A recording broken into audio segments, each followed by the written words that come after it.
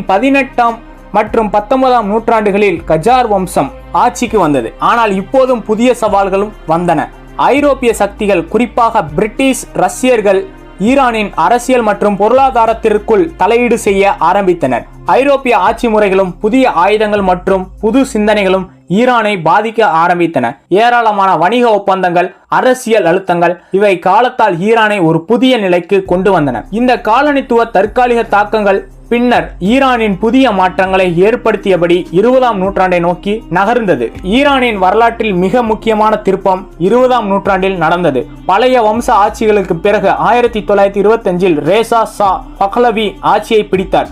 புதிய பஹ்லவி அரசு உருவானது. ரேசா ஷா நாட்டில் மேம்பாடு மற்றும் நவீன மாற்றங்களை கொண்டு வந்தார். மேற்கு உலகத்தின் கல்வி, தொழில்நுட்பம், சட்டம் போன்றவற்றை ஈரானின் அறிமுகப்படுத்தினார். ஆனால் இது ஒருபுறம் பாரம்பரிய மத நம்பிக்கைகளுக்கு புதிய அரசியல் சிந்தனைகளும் இடையே மோதலை ஏற்படுத்தியது.